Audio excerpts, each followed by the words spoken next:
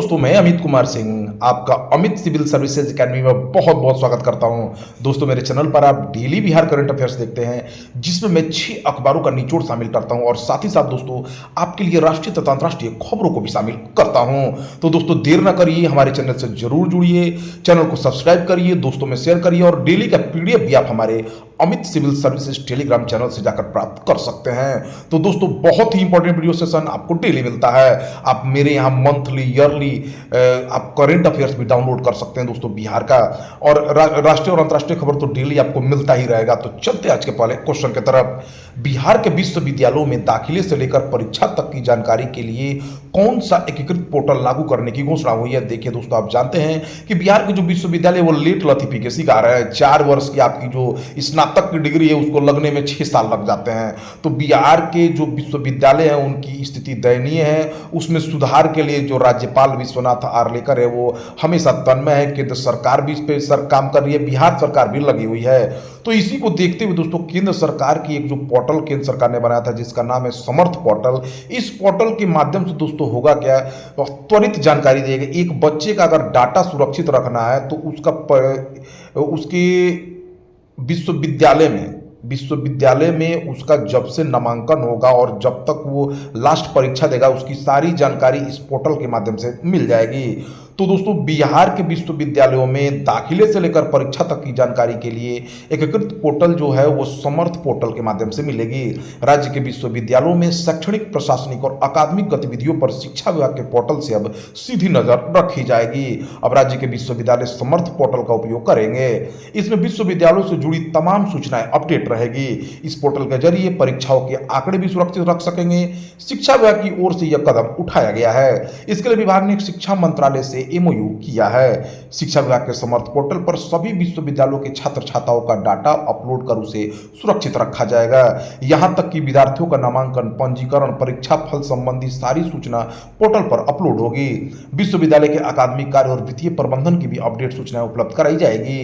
बिहार के शिक्षा मंत्री सुनील कुमार हैं। बिहार शिक्षा विभाग अपर मुख्य सचिव एस सिद्धार्थ हैं। भारत के अगर शिक्षा मंत्री की बात की जाए तो धर्मेंद्र प्रधान है। तो दोस्तों ये बहुत ही इंपॉर्टेंट पोर्टल है जहां पर विद्यार्थियों और विश्वविद्यालय की हर एक चीजें मिल जाएगी समर्थ पोर्टल पर। वित्तीय वर्ष 2023-24 में इंटरनेट का इस्तेमाल करने के मामले में सबसे अधिक वृद्धि भारत के किस राज्य में हुई है? दोस्तों बिहार ने इसमें बाजी मार ली है। बिहार दोस्तों लगभग आपको मैं बताना चाहूंगा कि बिहार में अगर सीधे सीधे शब्दों में आपसे मैं बताऊं तो बिहार में मात्र 100 लोगों पर 57 लोगों के पास ही दोस्तों कोई ना कोई संचार के साधन है, या तो मोबाइल है या तो रेडियो है या तो कुछ है। ठीक है, तो संचार के साधनों के मामले में दूरसंचार अगर घनत्व की बात की जाए बिहार का तो 56.6 है, यानी 57 के आसपास। तो लेकिन एक चीज में बिहार ने बाजी मार ली है। मार्च 2023 से लेके मार्च 2024 तक के जो आंकड़े आए हैं उसमें इंटरनेट का इस्तेमाल करने के मामले में सबसे अधिक किसी राज्य में अगर वृद्धि हुई है तो वो बिहार है। बिहार में एक वित्तीय वर्ष में 14.2% की वृद्धि हुई है इंटरनेट के इस्तेमाल करने वाले लोगों के मामले में। ठीक है, तो बिहार ने टॉप किया है इंटरनेट के इस्तेमाल करने के मामले में एक वित्तीय वर्ष में। लेकिन दूरसंचार घनत्व में सबसे नीचे है, यानी यहां पर सबसे कम लोग संचार के साधन उपयोग करते हैं। भारतीय दूरसंचार विनियामक प्राधिकरण के जुलाई के आंकड़े के अनुसार मार्च 2023 में बिहार में 634 लाख इंटरनेट सब्सक्राइबर थे। मार्च 2024 में 14.2% की वृद्धि के साथ इनकी संख्या बढ़कर 717 लाख पहुंच गई है। बिहार के बाद इंटरनेट के इस्तेमाल करने में वृद्धि करने वालों में असम दूसरे स्थान पर आया है। असम में 13.5% की वृद्धि दर्ज हुई है। बिहार दूरसंचार घनत्व के मामले में सबसे निचले स्थान पर है। बिहार में 100 लोगों में से केवल 57 लोगों के पास ही संचार के साधन है। लेकिन इंटरनेट के इस्तेमाल करने के वृद्धि के मामले में देश में सबसे आगे बिहार है। बिहार का दूरसंचार घनत्व 56.66% है, जबकि राष्ट्रीय दूरसंचार घनत्व 85.38% है। बिहार में युवा सबसे अधिक इंटरनेट सब्सक्राइबर हैं। भारत के दूरसंचार मंत्री ज्योतिरादित्य सिंधिया हैं। भारत संचार निगम लिमिटेड के नए प्रमुख जो हैं बीएसएनएल के रॉबर्ट रवि बनी है। यही भारत सरकार की 100% स्वामित्व वाली कंपनी है। भारत संचार निगम लिमिटेड पूर्णतः सरकारी कंपनी है। ये सरकार का इसमें 100% शेयर है। ट्राई के वर्तमान, अगर ट्राई जो भारत दूरसंचार विनियामक प्राधिकरण के जो वर्तमान प्रमुख है वो अनिल कुमार लाहोटी हैं। तो ये दोस्तों जो कुछ प्रमुख क्वेश्चन है जो आपको एग्जामों में डायरेक्ट पूछे जाते हैं, इसलिए मैं आपको बताता हूं दोस्तों, तो इसको ध्यान रखिए। 28 अगस्त से 8 सितंबर 2024 तक पेरिस में होने वाले 17वीं पैरालंपिक गेम्स में बिहार के किस जिले का रहने वाले शैलेश का चयन हुआ है? तो दोस्तों ये जमुई का, दोस्तों जमुई जिले के अलीगंज प्रखंड के इस्लाम नगर गांव के रहने वाले शैलेश का चयन 28 अगस्त से 8 सितंबर 2024 तक पेरिस में होने वाले 17वीं पैरालंपिक्स गेम्स में हुआ है। बिहार के खेल मंत्री सुरेंद्र मेहता, भारत के खेल मंत्री डॉक्टर मनसुख मंडाविया, बिहार खेल प्राधिकरण के महानिदेशक रविंद्रन शंकरन, सुरेंद्र मेहता तथा रविंद्रन शंकरन ने जमुई जिले के अलीगंज प्रखंड के रहने वाले इस्लाम नगर गांव के शैलेश को बधाई दी है चयन के लिए। 18 अगस्त 2024 को Bihar tourism association of Bihar द्वारा पटना में आयोजित बिहार टूरिज्म कॉन्क्लेव 2024 का शुभारंभ किसने किया? तो नीतीश मिश्रा ने दोस्तों, पर्यटन मंत्री हैं हमारे।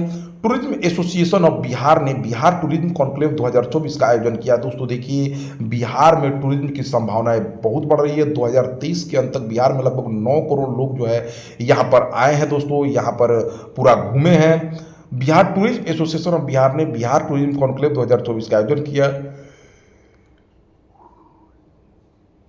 इसमें 200 से अधिक tour operators, tourism stakeholders, tourism association अधिकारी, सोशल मीडिया इन्फ्लुएंसर, ब्लॉगर सहित पर्यटन क्षेत्र से जुड़े लोग शामिल हुए।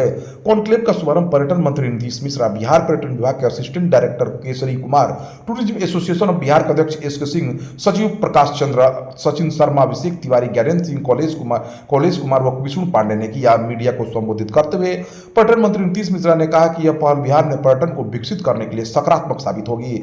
ऐसे आयोजनों से बिहार में पर्यटन की संभावनाओं को बल मिलेगा, पर्यटकीय दृष्टिकोण से बिहार को विकसित करने में मदद मिलेगी। बिहार के छुपे हुए पर्यटन स्थलों, वाटरफॉल्स, वाल्मीकि नागर टाइगर रिजर्व जैसी जगहों के बारे में पर्यटक ऐसे आयोजकों से रूबरू हो सकेंगे। किस देश के रहने वाले जोशुआ ब्रेगमैन ने हिमालय में 18,735 फुट ऊंची चट्टान से स्कीइंग करके गिनीज वर्ल्ड रिकॉर्ड बनाया है? तो दोस्तों इंग्लैंड के जोशुआ ब्रेगमैन ने 18,753 फीट ऊंची बर्फीली चट्टान से स्कीइंग करते हुए छलांग लगाकर पैराशूट से जमीन पर उतरने का साहसिक कीर्तिमान स्थापित किया है। 34 वर्षीय जोशुआ ने जिस पर्वत से स्कीइंग करते हुए छलांग लगाई उसका नाम मेरा पीक है। मेरा पीक दुनिया की ऊंचाई 18,753 फीट यानी 5,716 मीटर है। 19 अगस्त 2024 को सुंदराजन पद्मनाभन का निधन हो गया। वह किस पेशे से? तो ये भारतीय सेना थल सेना से संबंधित है दोस्तों। 19 अगस्त 2024 को भारतीय सेना के पूर्व प्रमुख जनरल सुंदराजन पद्मनाभन का निधन हो गया। उन्होंने चेन्नई में 83 साल की उम्र में आखिरी सांस ली। वे भारतीय सैन्य कॉलेज देहरादून और राष्ट्रीय रक्षा अकादमी खड़गवासला पुणे के स्टूडेंट भी रहे हैं। 30 सितंबर 2000 को उन्होंने 20वें सेना अध्यक्ष के रूप में भारतीय सेना का कार्यभार संभाला था। 18 अगस्त 2024 को food safety and standard authority of India ने देश में बिक रहे मसालों में कितने प्रतिशत मसाले जांच में सही नहीं पाए गए हैं? तो दोस्तों 12% मसाले। भारत की मसाला कंपनियां पिछले कुछ समय से पूरी दुनिया में संकट का सामना कर रही है। एक के बाद एक सभी मसाला कंपनियों को प्रोडक्ट को कड़ी जांच से गुजरना पड़ रहा है। दोस्तों भारत के मसालों में गड़बड़ी पाई गई है। हांगकांग ने इस पर रोक लगाया था। भारत में भी जब food standard authority of India ने इसमें जांच की है तो भारत में पाए जाने वाले कंपनियों के 12% मसालों में गड़बड़ी पाई गई है। अब दुनिया के कई देशों में भारतीय मसाला कंपनियों के खिलाफ जांच चल रही है। अब एक रिपोर्ट में दावा किया है कि भारतीय मसालों में 12% सैंपल FSSAI के जांच में फेल हो गए हैं। ये क्वालिटी और सेफ्टी स्टैंडर्ड पर खरे नहीं उतरे हैं।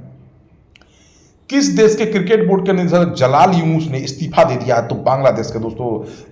बांग्लादेश दोस्तों संकटों से घिरा हुआ है। अभी हाल ही में वहां पर जो है स्टूडेंट्स के छात्र आंदोलन जो हुआ दोस्तों, उसमें मोहम्मद शेख हसीना को इस्तीफा देना पड़ा। वो प्रधानमंत्री जो वहां की थी शेख हसीना को इस्तीफा देना पड़ा और साथ ही साथ सेना ने देश को नियंत्रित किया। बाद में दोस्तों वहां बांग्लादेश के कार्यवाहक प्रधानमंत्री मोहम्मद यूनुस बनाए गए हैं। जलाल यूनुस ने सोमवार को बांग्लादेश क्रिकेट बोर्ड के निदेशक और क्रिकेट संचालन समिति का अध्यक्ष पद से इस्तीफा दे दिया है। बांग्लादेश क्रिकेट बोर्ड भी संकटों के दौर से गुजर रहा है।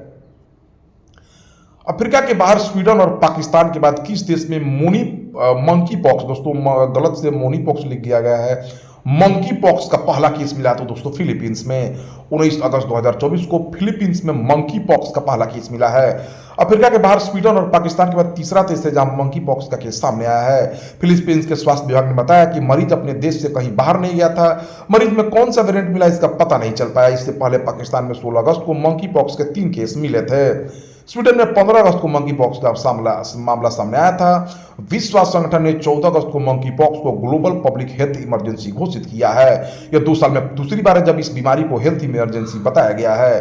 डब्ल्यूएचओ की रिपोर्ट के मुताबिक इस साल विश्व में मंकी पॉक्स से अब तक 537 लोगों की मौत हो चुकी है।